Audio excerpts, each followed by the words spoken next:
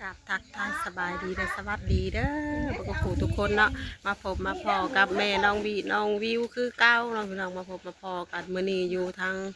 นาประตูใหญ่พี่เด้อเนาะพี่น้องนาประตูใหญ่นาโคกพี่น้องเนาะนาโคกแต่ว่าน้ำท่วมเด้อเนาะ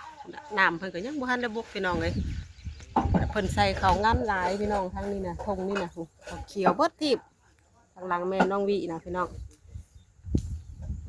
เพิ่นใส่เขางานลายที่ปัจจัยเขางานลายเพราะว่าขนาดตอนนี้ก็น้ำก็ยังบ่ทันระบกพี่น้องพี่น้องน้ำนี่น้ำพี่น้องเลยอันนี้ขนาดว่าไฮนู่นนั่นนี่พี่น้องเลยเนี่ยเถียงเพิ่นกะอันนี้คือไฮขางเถียงเลยนี่นะน้ำยังขนาดนี้เนาะพี่น้องเนาะป้าหวยช้ำใจเขาโดนี่คือว่าน้ำบบกเนาะมันนี้ออกมาเพิ่นสิปานเข่ามันนี้พี่น้องเลยนะประตูใหญ่ปานเข่าโดสิเบิ่งทางนี้อองเข่าเพิ่นสิปานเนี่ยเข่าโดพี่น้องแต่เข่างานเพิ่นหลายเด้ตรงนี้นะตรงที่แม่น้องวิมาดำซอยตอนนั่นเลยพี่น้องเนาะทางนี้นั้นแห้งสิน้ำลายน้ำมันเลิกได้น้ำพี่น้อง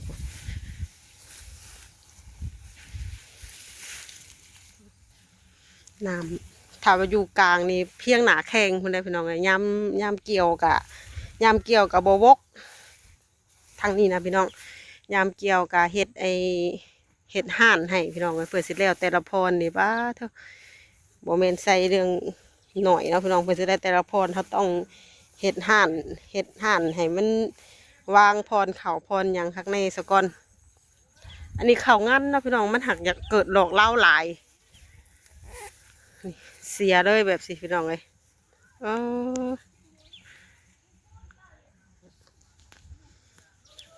ทางนี้ข้าเจ้าดินเขางั้นหลายนะพี่น้องเพราะว่าย้อนว่าน้ำมีอะไรพี่น้องเลยซ้ำใส่เขากลางเขารอนี่แม่นบ่ได้กินพี่น้องเลยย้อนไว้ว่ามันล่มลงใส่น้ำเนาะน้ำท่วมนะก็แม่นบ่ได้เกี่ยว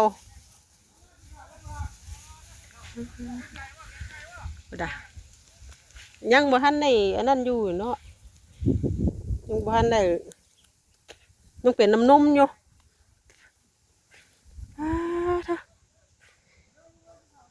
หมากดกอดีแต่ว่ามันก็อยากเป็นดอกเหล้านะนี่นะเสียตัวดอกเหล้านี่แหละ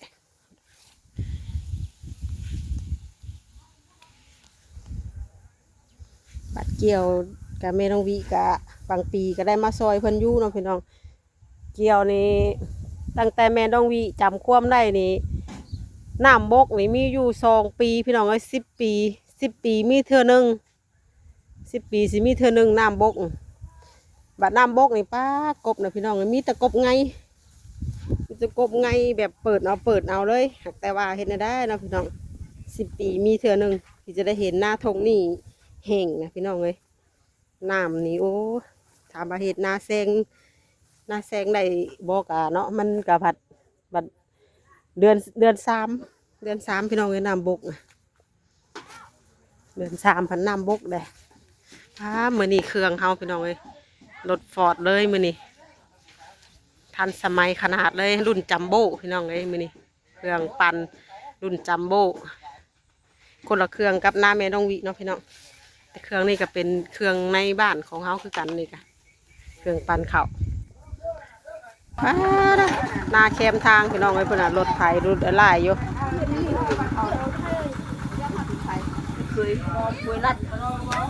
รัดใช้เอากระปุกเลย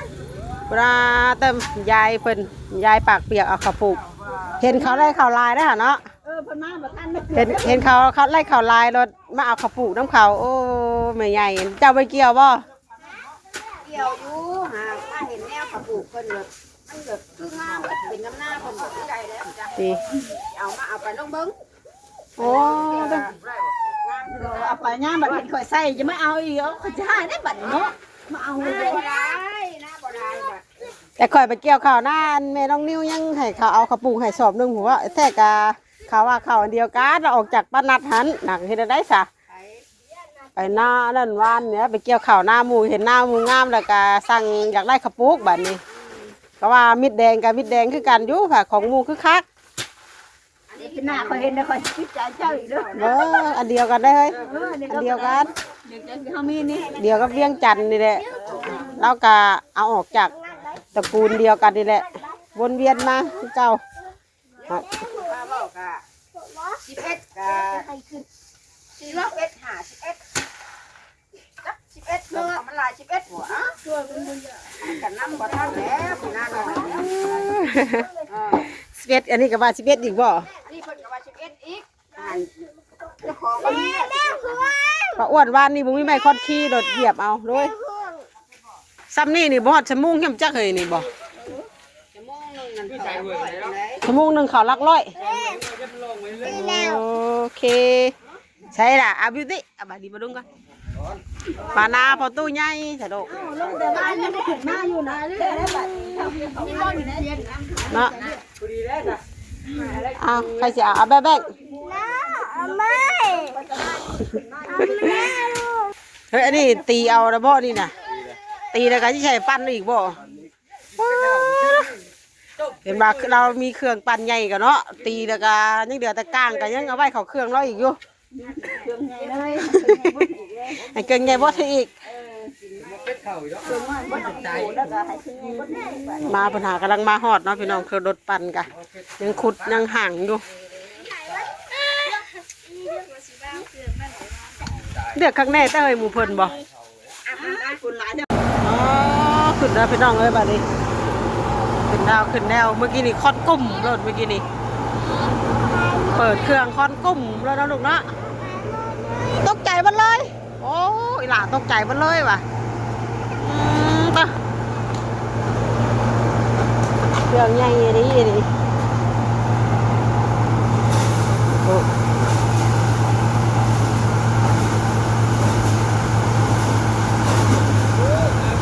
เครื่องปั่นอ้าว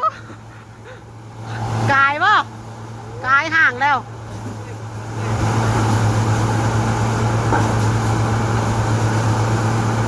กายห่างเลยติน่ะพวกเขาจะได้ห่างเครื่องเจ้า เครื่องปั่นเข่าของพอวาวซุกเนาะพี่น้องคนในหมู่บ้านเท่านี้แหละ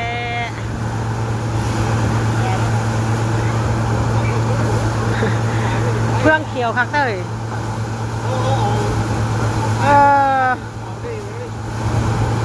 เห็นอะไรบ่ออกค่ะอารมณ์มาเนาะ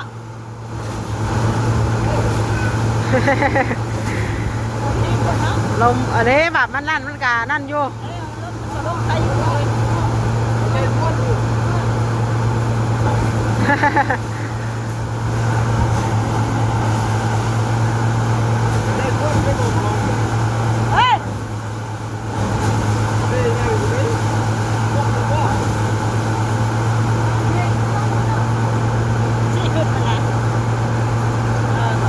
พี่นานั่นเฮ็ดต่อออกมาอีกเคยได้ทุกปีอ้าวต่อกันเลยไปซื้อได้เฮ็ดนะมันออกมาทั้งปี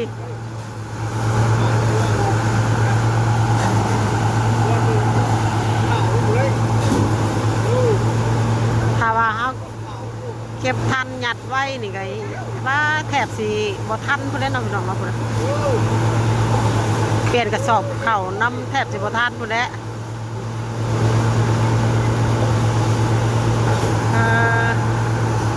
เสียงคนหอบบ่ได้ยินเนาะเสียงคนนิ่มไม่ดีจะว่ารถใหญ่ของแท้ดีเสียงเบาๆค่อยๆนึง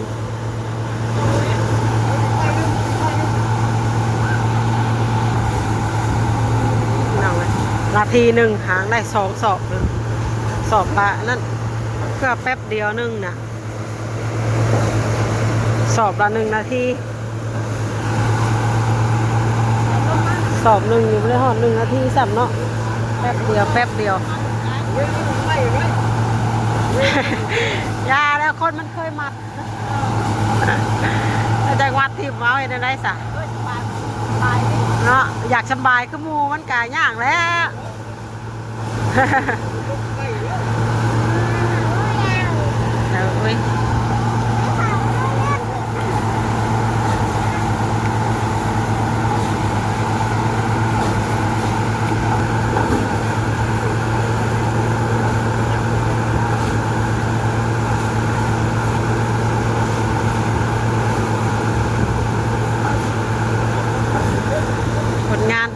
ได้ใส่หลายเนาะพี่น้องรถเท่านี้แหละ3-4 คน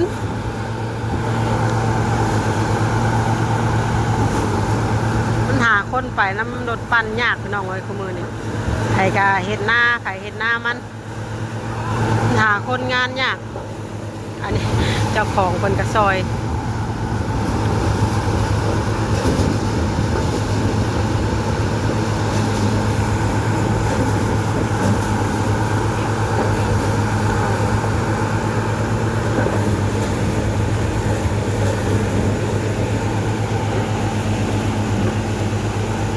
ใส่นะนี่นะเอ้ยใส่บ่ได้อยากเต็มซ้ำหน้าแม่น้องวีมันได้เนาะพี่น้องหน้าแม่น้องวีสิเต็มกว่านี้อีกแต่ละเจ้าก็บ่ได้คือกันนะพี่น้องเนาะแต่ละเจ้าเพิ่นก็เอาเต็มบ่เอาเต็ม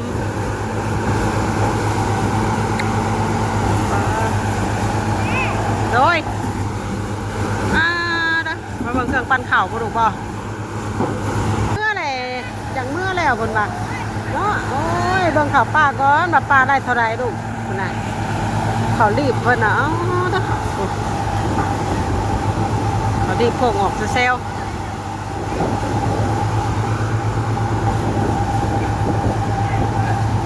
แต่ว่าคนงานหลายเลยเห็นเนาะทั้งฉี่ไว้กว่านี้แทน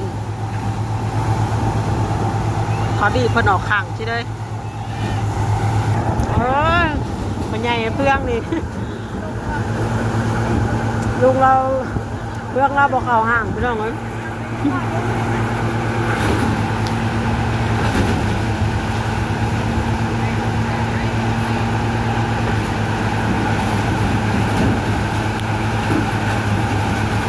บ่ลงซ้ำเลย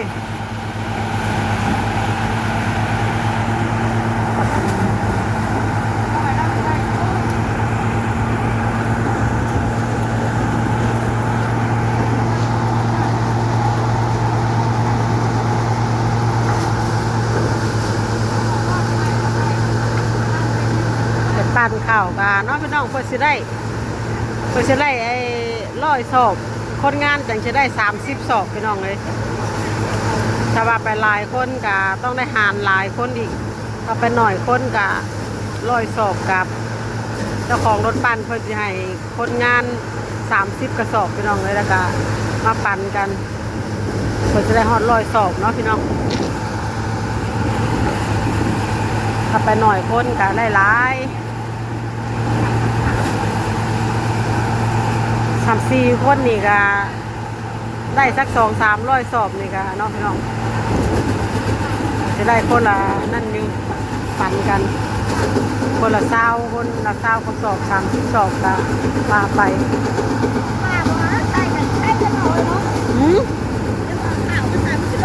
แม่นจะพอจะใส่จังข่าวที่พอดาพอชิมุ่งบอก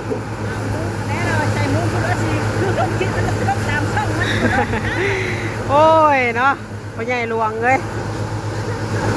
แต่ว่าเจ้าเนาะเอาไปคือคิดเด้เอาเป็นคือคิดดีแน่นี่ปลาลุงเลยมันเราคิดว่ามันสิลงไปมันบ่ลงซ้ำบัดนี้เนาะหยังก็มันก็บ่เป็นคือคิดเลยเนี่ยมันจะลอยมันก็เจินลงมาทับสูงขึ้นนะนี่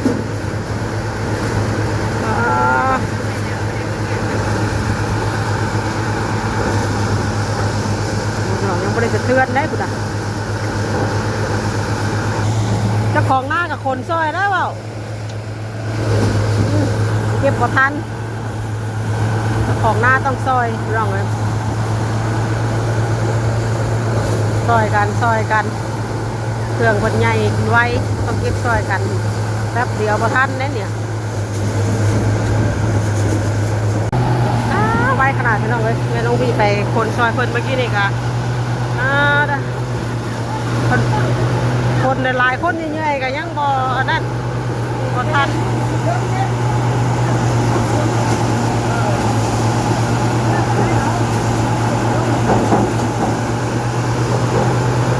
ไปขนาดหลายคนนะนี่เนาะได้แป๊บเดียวโอ้กระสอบมันก็มีแต่กระสอบมีไงเจ้าของหน้าซอยน้ำท่อมไปน้องเลย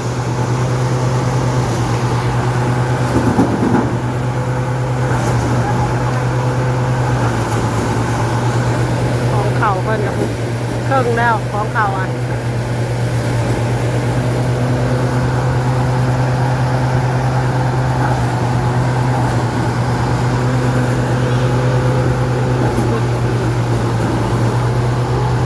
เมื่อยแล้วแม่เมื่อยแล้วแม่ซ้ำเมื่อยก่อนลูกนิตี้แม่เมื่อยแล้วแม่ซ้ำเมื่อยก่อนขนาดเดี๋ยวไปรอขนาดคนเดินหลายคนเลยยังบ่ทันเลยเนี่ยก่อนเดียวทันใจดีเนาะ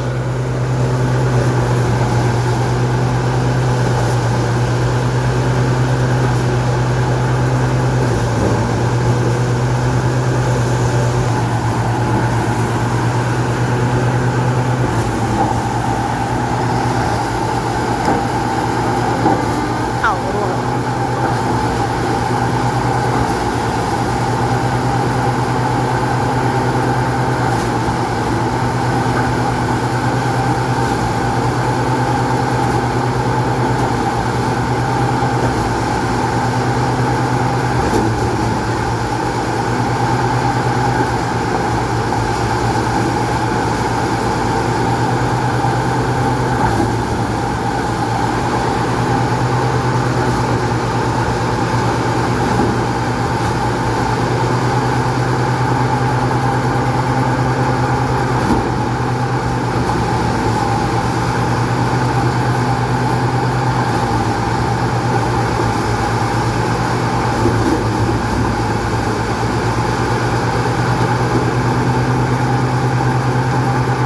ขนาดหลายคนยังจนได้ถ่าเนาะพี่น้องโอ้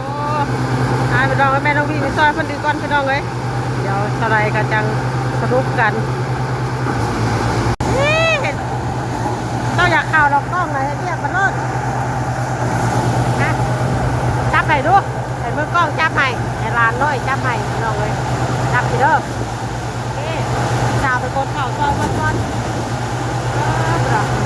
จับของเข่ากับพี่จะเอา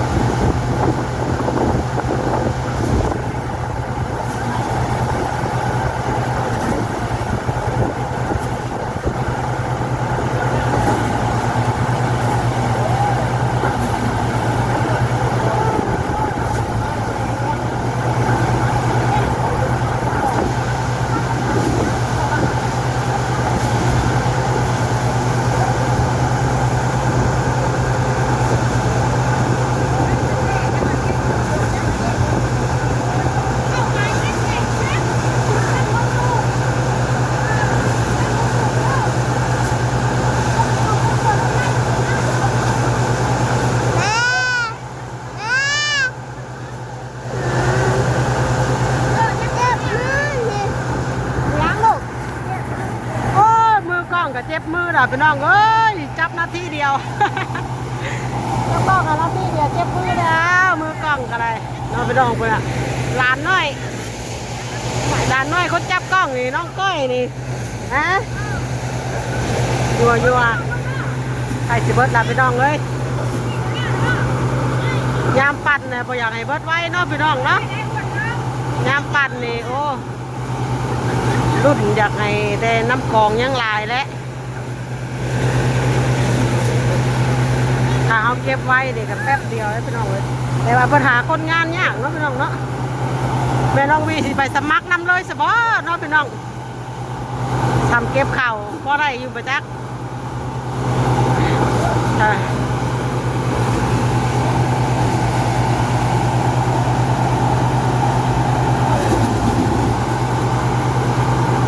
ต้องอาศัยเจ้าของหน้าซอยได้เนาะพี่น้องเราต้องทำมานั่นเลยพอแต่พวกอันรถปั่นนี่คนบ่ทันเลยดีเลยพี่น้องเลยเขาซอยละแป๊บเดียวน่ะสิเบิดกองเลย ทำเจ้าของหน้าซอยก็สิไว้อยู่แล้วเขารอบัดนี้ก็สิยังเขางั้นพุ่นได้พี่น้องเอ้ยบัดนี้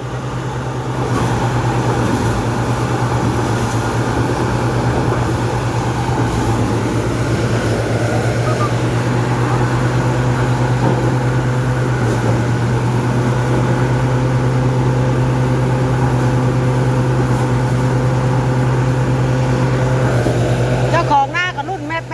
ด้เหรอเจ้าของหน้าก็รุ่นแมบจะได้ลายได้เหรอ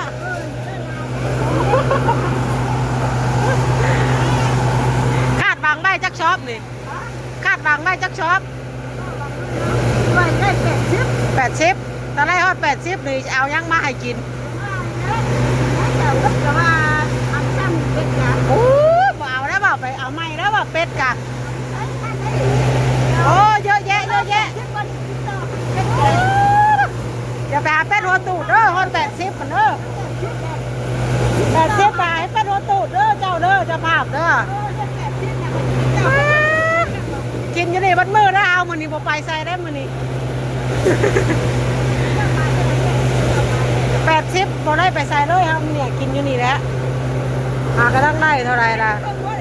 ทางได้1 2 3 4ได้40นี่จะ50แล้วนี่2 4 6หากระทั่งได้50เลยโอ้ยเนาะบ่เนี่ยมันเป็นไปไล่อยู่บ่นี่ทางได้52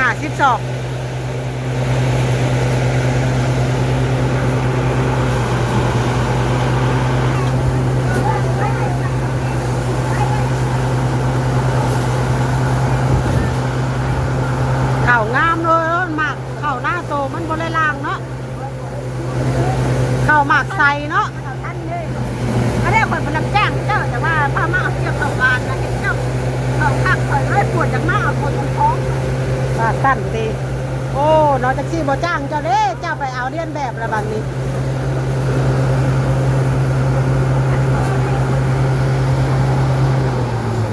อ้าวเป็นยังเฮ้ยบ้านนี้กระสอบเบิดบ่อนะกระสอบเบิดโอ้ใหม่เฮ้ยใหม่เจ้าของหน้าเฮ้ยมือนี่เฮ้ยเพิ่นมาสมบัติอันนี้นั่นบัดนี้ฮะไปหากระสอบมาเอาบัดนี้เฮ้ยมันเรือแล้วอ้าวเพิ่นกระสอบมาเอาฮะบัดนี้เพิ่นว่าจำนี่กับบ่เบิดดอกเพิ่นว่าเนาะเจ้าของหน้าเพิ่นพี่น้องเอ้ยเกินคาดเนาะปีนี้โอ้มาเสียบมาแล้ว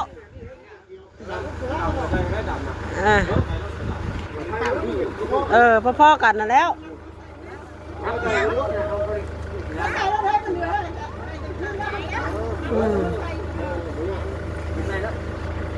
ได้ฉันคอยไปเอามาใส่ได้กระสอบนะเนาะโว้ย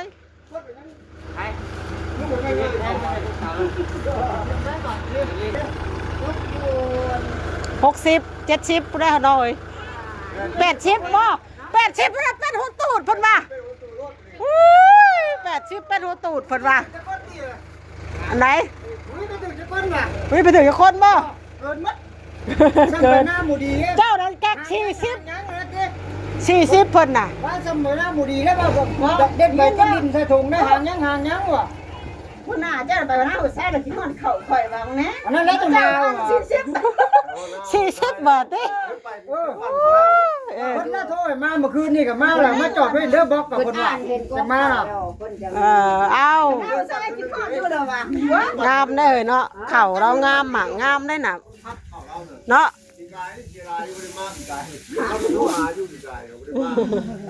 เขางั้นเราอยากเกิดดอกเหล้าเนาะปีนี้เนาะดอกเหล้าไม่บอกเลยเขางั้นเนาะนะมึงแน่เป็นเปียงอยู่น้ำบดีเมื่อนั้นกับเลขออกว่าเด็ดใบเก็ดลินใส่ถุงรถเอ็ดชั้นหางมันได้ไหนว่าลินหรือเนาะนะมาทำมาออกคือก้าวมาทำก่อนฉันบอกคือเนาะเจ้าเนาะซ้ำเหมือนกับว่าให้ไปซื้อบ้านในซอแน่นี่กะเอาเงินเลยแต่ทำมือเลยว่าเนาะเด็กใช้ขี้ช่วยเก็ดดินแบบขี้ช่วยโอ้ไปกับเด็กใบเก็ดดินอยู่เนี่ยแล้วนิดจะถุงมันจะถุงกำมะดาวเด้ไปแล้วแรกกับไปสั้นอ๋อจังพ่อลูกพี่เจ้าจังจับกับปูให้เจ้าได้ฉันกินนี่เนาะตีคิดไปไกลได้เจ้าบันนี้ มันดังเอิญนะ คิดไปไกลได้เจ้านี่บ่ต้อง นี่ก็ดีช่วยแล้วหมอนี่ เรียบร้อยบัดนี้พี่น้องเอ้ยบ่เรียบร้อยนะพี่น้องเนาะเดินอยู่นี้เข้าเพิ่นก็ค่อนคุ้มๆนะฮะขนาดหากำลังไหวนี่พี่น้องเอ้ยสำใบเฮิงนี่ยันแตกงอกรู้สำใบเฮิงนะเข่าเพิ่นก็เป็นธรรมดาผู้คนนี่เฮ็ดหน้าหน่อยต้องได้เข่าลายดิเนาะเฮ็ดหน้าหน่อยต้องได้เข่าลายดินี่ว้ากำลังบดทงหนึ่งพี่น้องเอ้ยยังอีกจักทงบาทนี่นี่อีก2ทงเข่ากลางกับเข่างั้น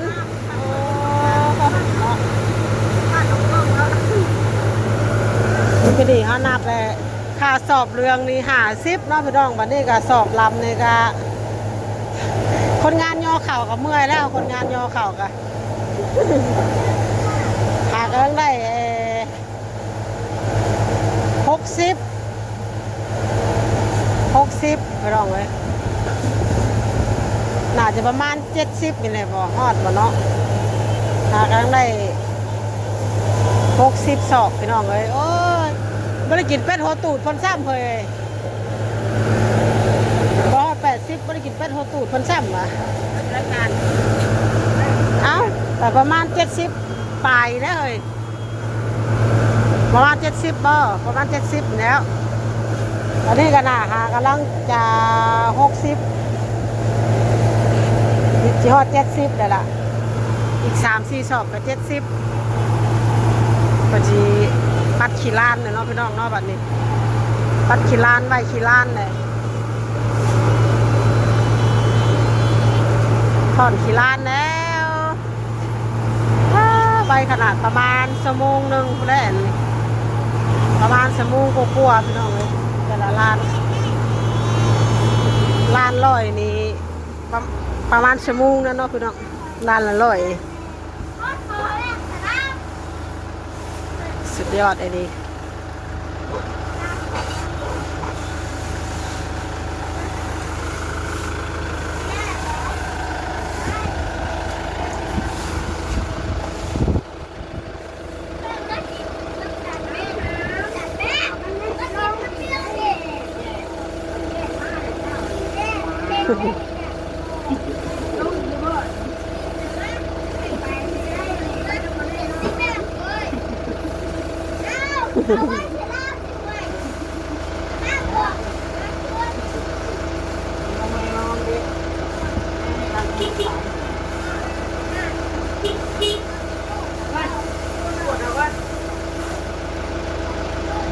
น้องพี่น้องเนาะคลิปนี้กับประมาณสำนี้ก่อนเด้อน้องพี่น้องเนาะแม่น้องวีกับขอตัวลาไปแล้วเนาะเดี๋ยวพอๆกันในคลิปต่อไปเด้อเนาะคลิปนี้ก็ขอกล่าวคำว่าสบายดีทุกคนเด้อ